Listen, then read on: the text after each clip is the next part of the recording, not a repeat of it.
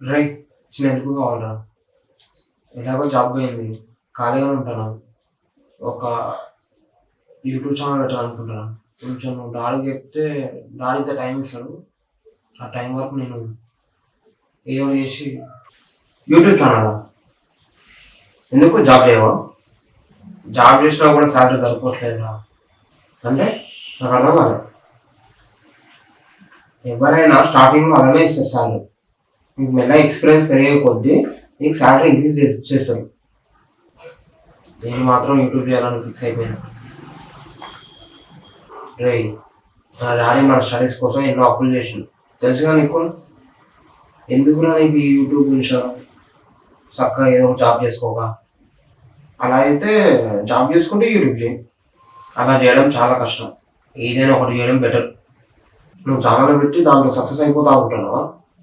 నేలా ప్రతి ఇంట్లో ఈ కాలంలో ఇద్దరు ఉన్నారు. ప్రతి ఇంట్లోకి వెళ్ళి ఇద్దరు యూట్యూబ్ ఛానల్ ఓపెన్ చేస్తున్నారు. అంత ఈజీ అనుకున్నావా?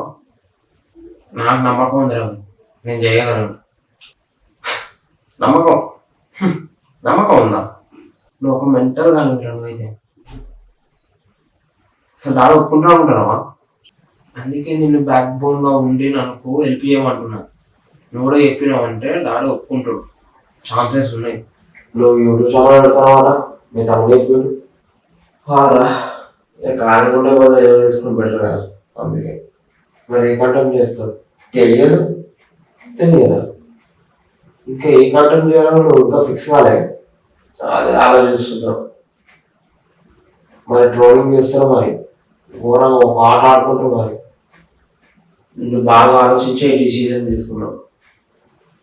ఎందుకురా నీకు ఇవ్వండి? చక్కగా మంచిగా జాబ్ తీసుకోవాలి. నీకు ముందే చెప్తున్నా, తర్వాత రిగ్రెట్ ఫీల్ అవుతావు. ఒకవేళ నువ్వు చెప్పినట్టు నేను దీంట్లో ఇట్లా ఫెయిల్ అయినా అనుకో, నువ్వేమంటావు తెలుసా? నేను నీకు ముందే చెప్పలేదు అలా అంటావు. ఒకవేళ నేను సక్సెస్ అయినా అనుకో, నువ్వేమంటావు తెలుసా? నాకు తెలుసురా నువ్వు ఏదో ఒక రోజు ఏదో సక్సెస్ అవుతావు అని. నువ్వు చేయగలవు నాకు తెలుసు. అయినా ఈ కాలంలో పిల్లలు కూడా వాడుతున్నారు ఫోన్. ఈ కాలంలో ఈజీ సక్సెస్ అవ్వడం యూట్యూబ్లో. ఫ్యూచర్ ప్రొటెక్షన్ సిచ్యువేషన్స్కి తగ్గట్టు మనిషి బిహేవియర్, మాటలు, సలహాలు మారుతాయి. దీంట్లో సక్సెస్ అవ్వాలంటే చాలా టైం పడుతుంది. అసలే నీ ఏజ్ 23. ఈ ఏజ్లో చేయాలనుకుంటున్నావా నువ్వు?